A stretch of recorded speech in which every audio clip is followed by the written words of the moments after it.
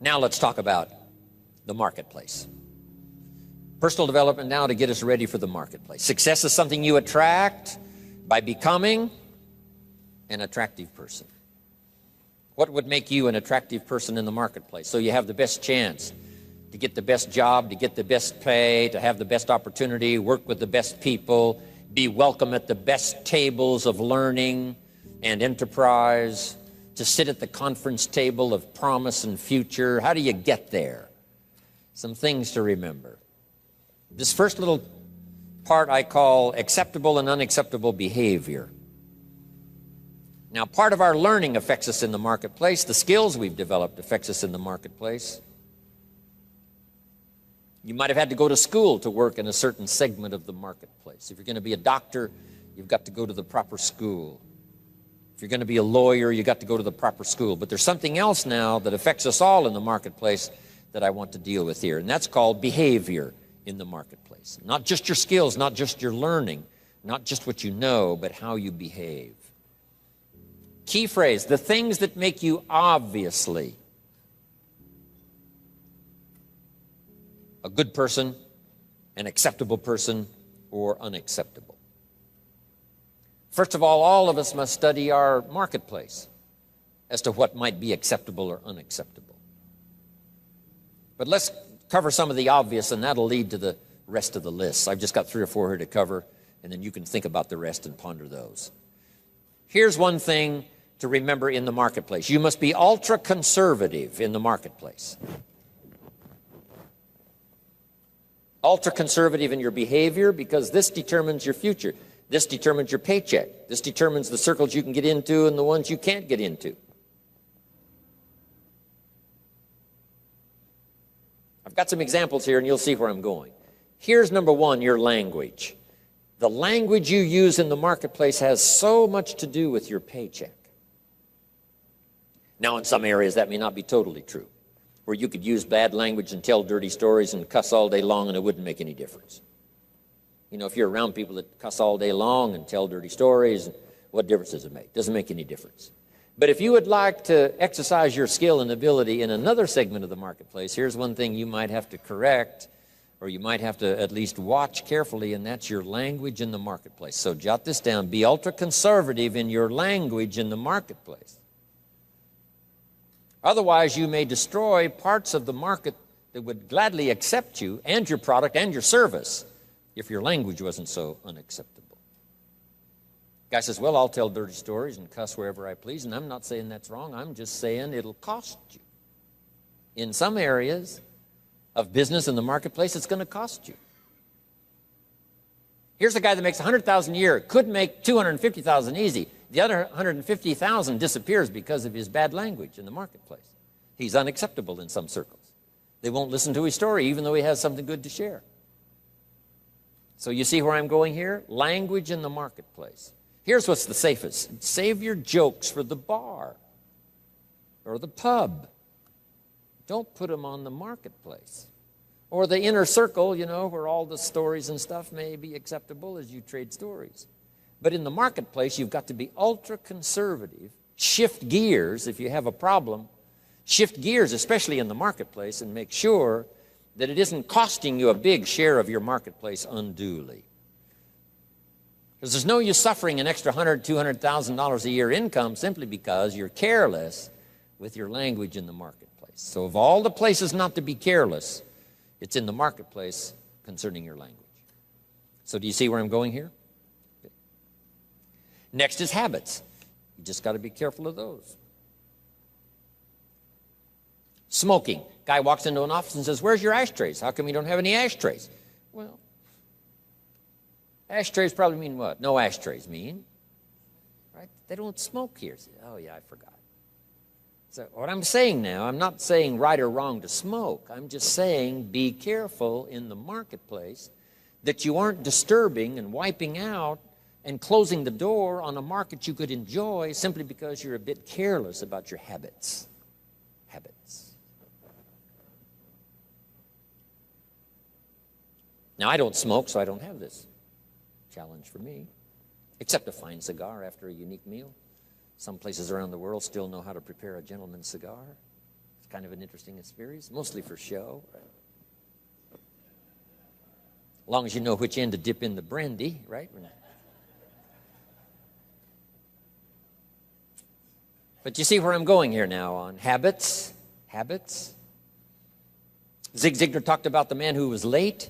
I'm telling you, there's some circles, if you're late, you're not welcome anymore. You say, well, I've been late all my life. You know, if people don't like that, that's too bad. I'm saying that's okay. You can have that attitude if you want to, but what if it cost you $100,000 a year? Wouldn't you reconsider? That's too much to pay for the luxury of some habit that you could easily correct and maybe enjoy the benefits of a marketplace that's been closed up until now. This is all I'm saying. Take a look at your habits. Take a look at your language. Here's another one. Your dress. Now, sometimes dress changes regionally. In San Francisco on a business day, they wouldn't expect you to look like West Palm Beach.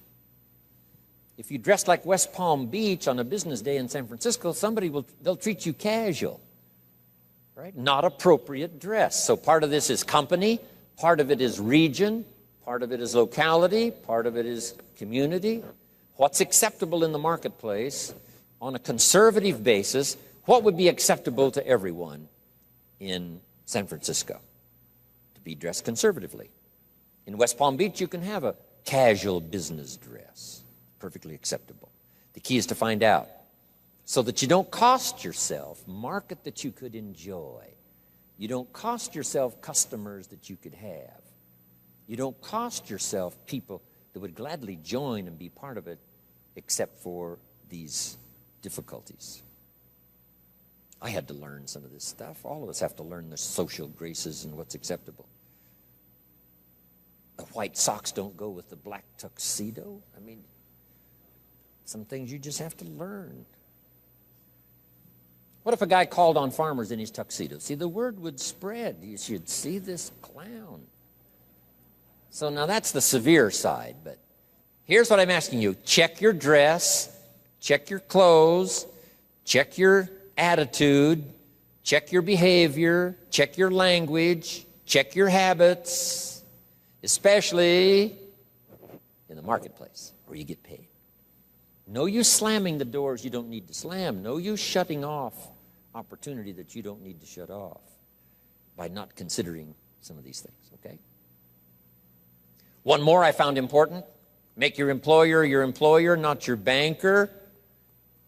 I wondered why a few opportunities I lost because too quickly I asked for a raise. I'd only been there a month, and I said, could I have an advance?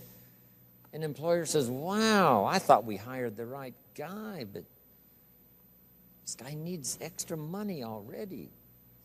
Can't manage his affairs, has to have an advance. So here's what don't make your employer your banker. Make your banker your banker. If you need a little extra money, go to your bank. Go somewhere, but not to your employer. Here's why. An employer is like opportunity. Opportunity doesn't want to see your need. Opportunity wants to see your seed. So let employer be employer, let banker be banker, let friend be friend. I found it was a bit unwise to make a friend a banker or a relative a banker. Do you know why you go to a minister to discuss certain things? So that he won't disclose it to the marketplace. And you go to your doctor to disclose it so he won't disclose how weak and sickly you might be. So you don't bring your sickness to the marketplace and talk about it. You talk that over with your doctor. Talk over your maladies and your problems to your doctor. So jot this down. It's called show your seed and hide your need. In the marketplace especially. Show your seed, show your willingness, show your desire, show your hard work, show your work ethic, show your arrive early, stay late attitude. Show that, but not your need. The marketplace is not interested in your need. Next is code of conduct. It's not a bad idea to take a piece of paper someday and just jot down what is your code of conduct. What do you expect from yourself? Some things you will do, some things you will not do. Jot this phrase down. What I want to be known for. Here's what I want to be known for. And that's not a bad list to make. As we're building our reputation day by day, week by week, month by month, and one opportunity leads to the next, depending on what we're known for. These are some of the things that may not appear in your resume. You know, you've been to school and you learned these skills and you worked for this company and you were there 9 years and so on. In addition to that now, what's really important, especially for your own psyche, is to make a list of what you would like to be known for. I wanted to be known for always doing my best. I never wanted anyone to be disappointed, at least in my presentation. They might be disappointed with my ideas because they thought I was wrong. They might be disappointed with my position because they thought it wasn't right. And they might be, disappointed because, I didn't say what I believed, was contrary to what they believed. They might have been disappointed in that, but they were never disappointed in my sincerity, never disappointed in my ability to speak from my heart and my soul. If you have charge of some of my life and you send me off to another country, I promise to represent you grandly. I promise you won't have to stay awake nights wondering about Jim Rohn if you've sent him to Paris. I want you to be able to say, forget about Paris, Jim Rohn is there. He'll take care of it in the best style. He won't show up late and he won't show up drunk. He will represent us well. So have you got that good question now? What do I want to be known for? I want to be known for being on time. I want to be known for staying late. I want to be known for not ignoring anyone. I want to be known for my unique ability in conversation as well as presentation. I want to be known for the fact that I care for kids as well as adults. I want to be known for the company's interest as well as my own. I want to be known for one who helps to feed the goose that lays the golden eggs. I want to be known. I want to be known for my leadership skill. I want to be known for my attitude. I want to be known. What would that list be if you were to make it? Here's what I want to be known for.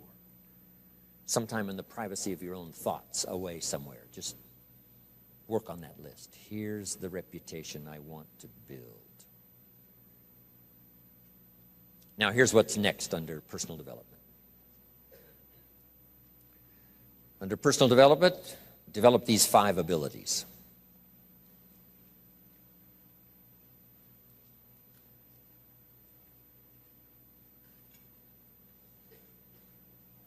First of all is the ability to absorb.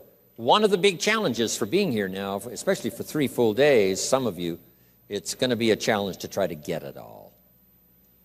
But I'm asking you to do that. In another seminar I do, here's a little phrase I have. For the future, pay attention. See if you can't get everything. Every word possible, every idea possible. It's easy to let your mind wander, right, and not really concentrate and dig in and make these days extraordinarily valuable for you.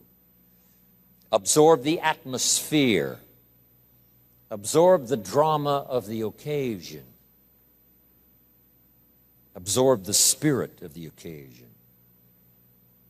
Absorb the reasons for coming here and then the reasons for going back home and making a difference. Absorb the variety of voices you're going to hear this weekend. And absorb the provocative ideas as well as the ones that you agree with. Absorb all of that. Take it all in.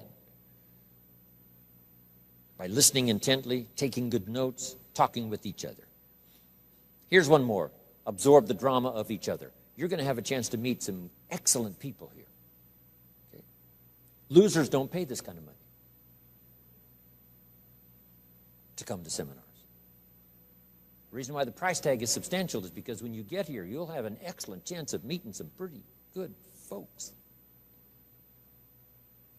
Even if they borrowed the money to get here. At least they knew how to do that. Whatever it takes. So don't go away without meeting some people. Here's the next part. Listen to the testimonials. You may pick up some ideas from someone's testimonial that'll be just as valuable as what I share from this podium. And sometimes a word spoken in private from someone's unique testimonial is so powerful. It's just as powerful as all the words given by the presenter. So take that all home. Key, absorb the chance for a new beginning. I don't know where you are at the moment. This is sort of mid-year. First 6 months, getting ready now for the last 6 months. And as you pause mid-year to contemplate the past and think about the future, as you ponder for a while ideas that you've already heard, anticipating that you're going to hear some more, how could that create for you a new beginning? There's so many ways to create a new beginning if you just think about it. Or think about the automatic ways of creating a new beginning. Here's a pretty good list. At the beginning of the day, this is a brand new day. I love to get up early now. I used to stay up so late. I got up late. I used to say if the good Lord wanted you to see the sunrise, he'd have made it later in the morning. But now I don't do that anymore. I try to get to bed as early as I can. Sometimes it's not easy, especially when you travel and with jet lag and all the rest, around the world. But I try to get up now early in the morning. Unique thing about early in the morning, you haven't messed up the day yet. I mean, it's just there. It's ready, fresh. It's like being born again. A new day is like being born again.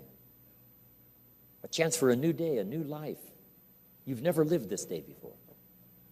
Only in your mind developing plans, but you've never actually walked into this day before. Now you have a chance to watch the sun come up and then stride into this new day.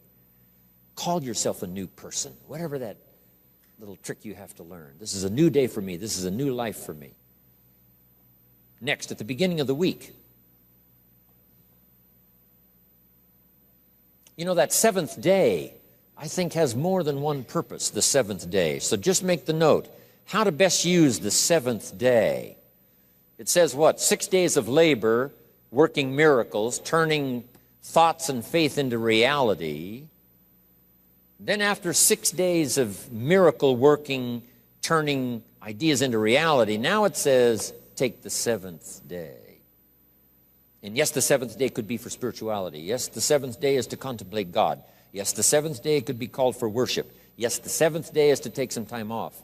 Yes, the seventh day is to be with your family. Yes, the seventh day is change of pace. But here's a good idea for the seventh day. To go back over the last 6 and get ready for the next 6. You just pause that seventh day. Because I have another little piece on that in this list of 5. And maybe now mid-year, having come here for this weekend, mid-year, you can think of ways to gather up what's happened to you since the first of the year till now. The drama, the disappointments, the highs and the lows and the mixture and the stock market and whatever has happened to you, these 6 months, and say, I'm going to go home and create a new beginning. I'm not going to be the same again after this weekend. You can conclude that, and I promise you, the days can be so extraordinary, you won't be able to believe it. So absorb everything. Take it all in. Don't miss anything. The sound, the music, the sights, the atmosphere. My friend Bill Bailey has this extraordinary gift. He doesn't miss anything. Better for him to go to Acapulco, come back and tell you about it, than it is to go yourself. And the reason is, if he goes, he won't miss anything. He'll soak up every detail, every person he met, the food and the aromas and the sights and the sounds and the colors and the people and the countryside. Then he has the gift of language. When he comes back home, he can tell it to you. When he talks, you can feel the water lapping on your feet. You can smell the aroma of the food. You can see the colors and the people. 2 gifts: to get it, second gift, to share it. And put it in dynamic words, leaving out no detail. Because here's the key to remember: the drama is in the detail. Lady tells me I've lost 60 pounds. I said, well, is that it? Is that the end of the story? She said, oh no, there's a lot more to the story than that. And I said, well, I appreciate the number, but give me the details. What was going on in your life before? She says, well, misery you can't believe. I know I missed 3 good jobs just because I had too many pounds. And I says, how do you feel now? And she starts to cry. Wow, that's what I want to hear. The details. The drama is in the details. Give me the numbers, yes, but what does this number mean? For some people, the number means everything, before and after. The number means so much drama you can't believe, before and after. Before the day and after the day.